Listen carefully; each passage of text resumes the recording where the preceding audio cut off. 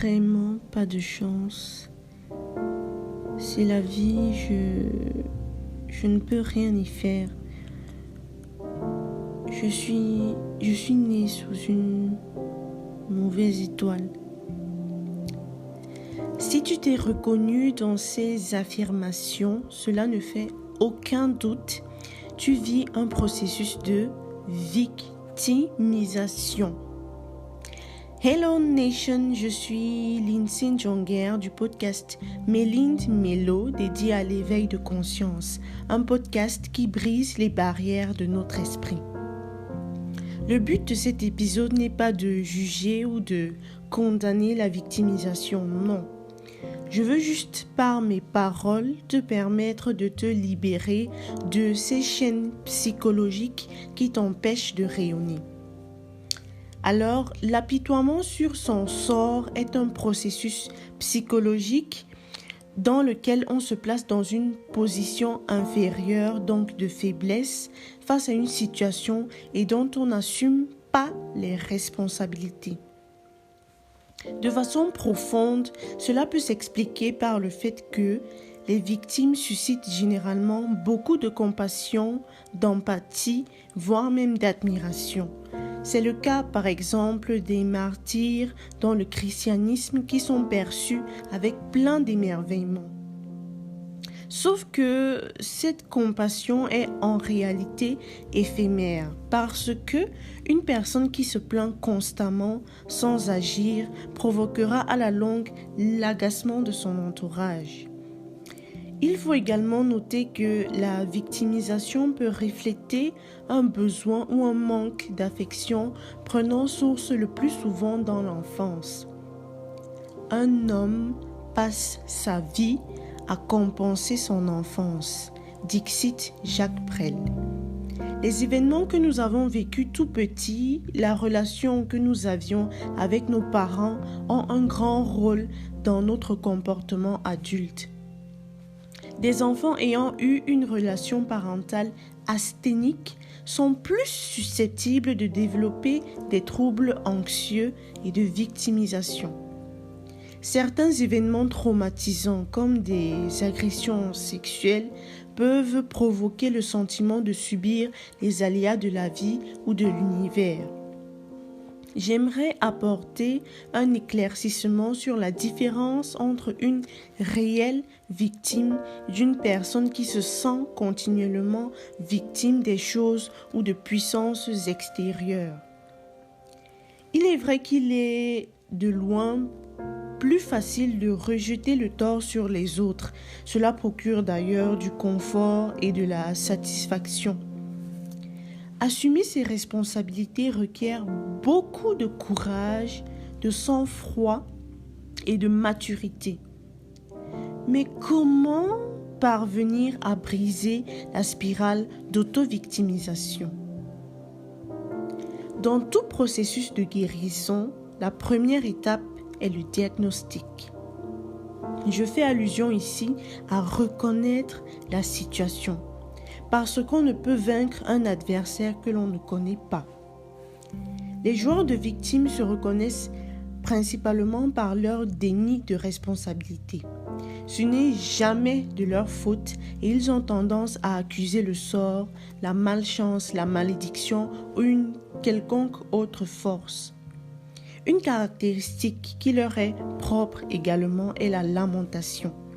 Se plaindre à longueur de journée est leur fort. Aucune situation n'est avantageuse pour eux et ils prédisent leur échec bien avant le combat sur la base d'inégalités raciales, ethniques, sociales ou autres. Ne me méprenez pas, hein. Je ne veux en aucun cas insinuer que l'injustice n'existe pas. D'ailleurs, ça se voit actuellement. Mais comment gagner une bataille si l'on se dit bien à l'avance que l'on n'y peut rien? C'est absurde. Après le diagnostic, il sera question d'analyser les circonstances avec objectivité afin de cibler nos responsabilités. Dans cette étape, il est aussi important d'accepter le fait que personne ne nous doit rien et que le monde entier n'en a pas après nous. Ceci permet d'éviter de constamment rejeter la faute sur les autres. L'un des 4 accords Toltec consiste à ne rien prendre personnellement.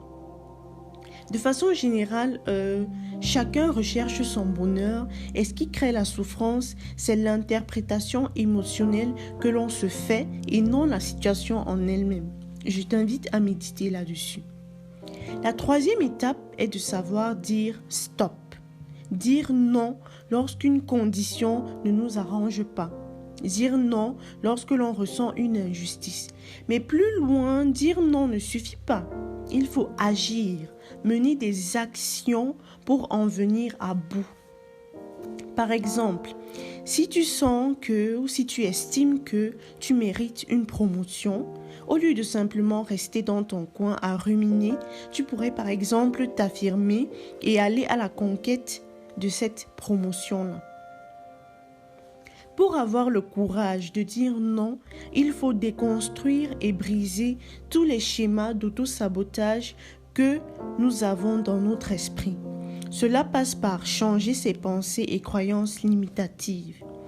Toutes ces idées et conceptions fausses que nous avons de nous, de la vie, et qui, loin de nous rendre heureux, nous conduisent dans des chemins de doute, d'inaction et d'esclavage psychologique et physique.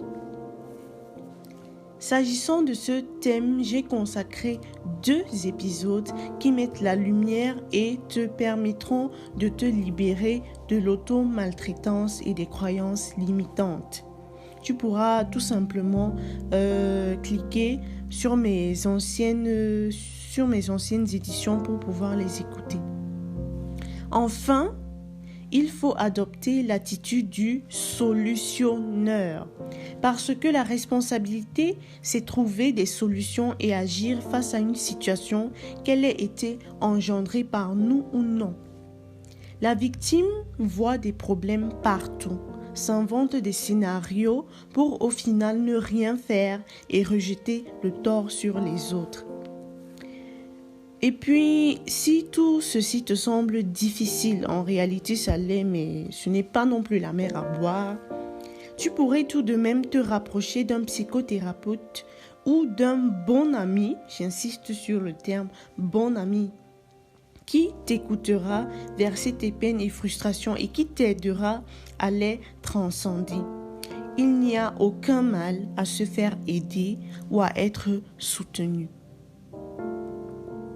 Être acteur de sa vie, c'est avoir conscience que nous contrôlons 80% de ce qui nous arrive, que notre bonheur et bien-être ne dépendent que de nous.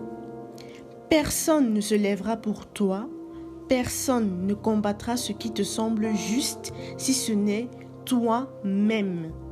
Le pouvoir est en toi. Voilà Nation, nous sommes arrivés au terme de cet épisode. N'hésite pas à poser un like, un commentaire, à partager. Ça pourrait aider quelqu'un. Je te fais plein de bisous, plein de câlins et on se dit à la semaine prochaine.